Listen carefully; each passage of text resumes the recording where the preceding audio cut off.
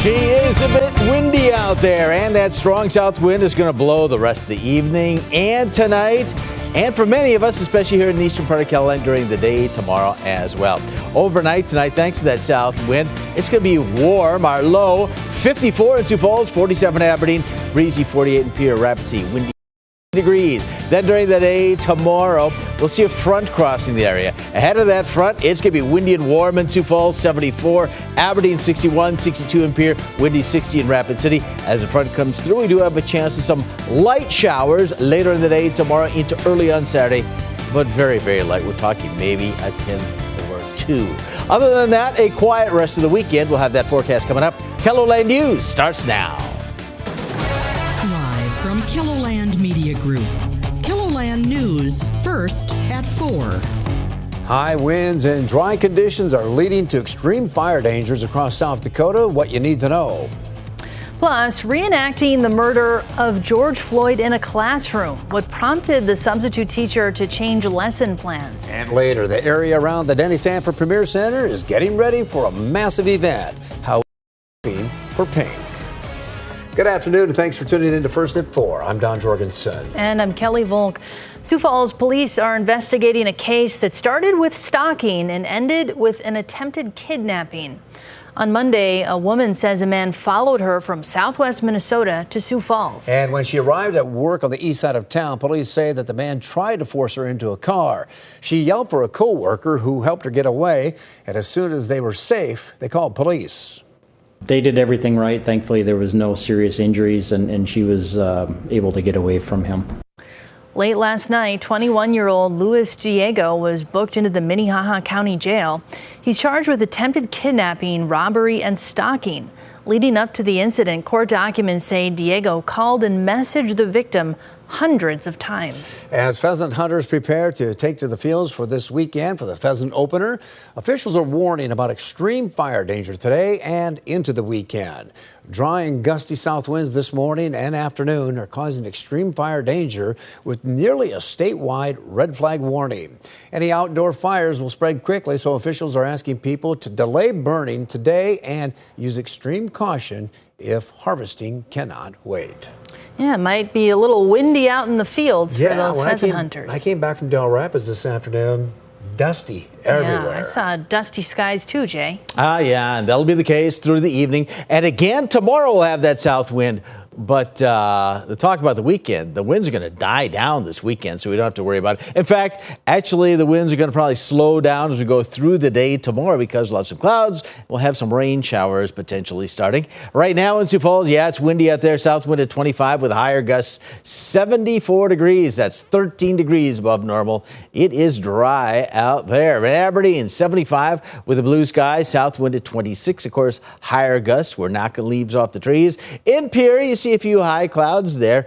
88 degrees with a west wind at 15 miles an hour. And in Rapid City, we also have a few clouds starting to come in, and those are thicker clouds coming in from the west. 68 right now in Rapid City. It's much cooler. That's because the winds there are out of the north. Here's a look at your temperatures. That line down the middle of your screen is the front, by the way. And as it comes through, we'll see the wind switch around to a northerly direction.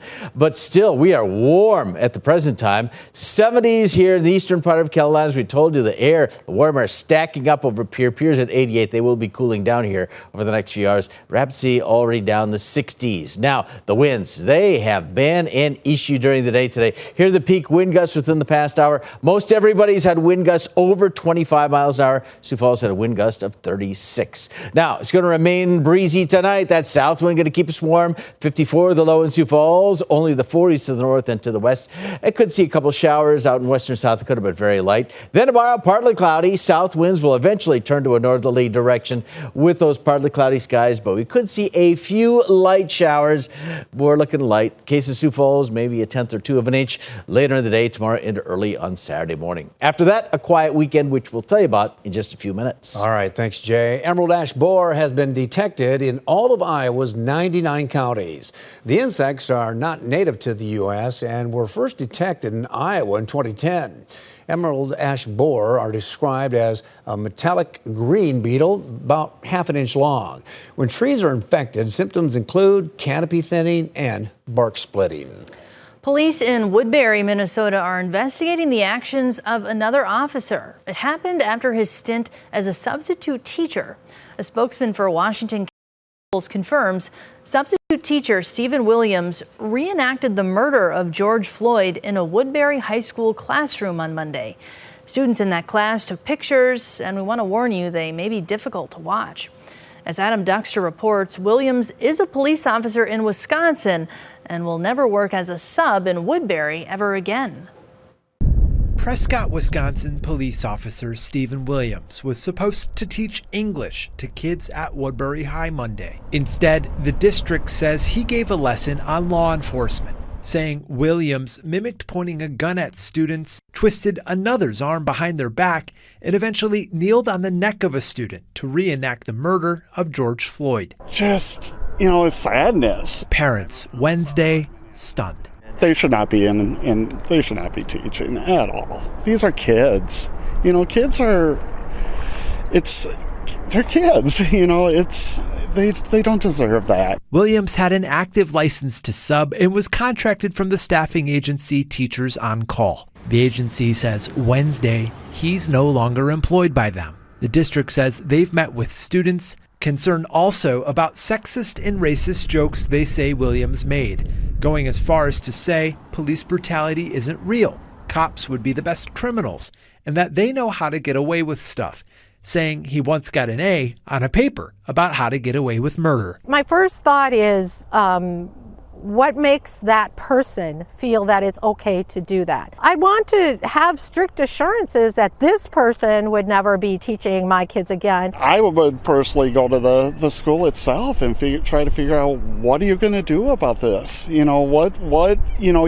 give us expectations. What are our expectations for these teachers and for these schools?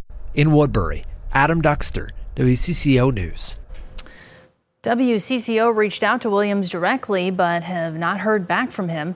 Prescott police confirm he is now on administrative leave.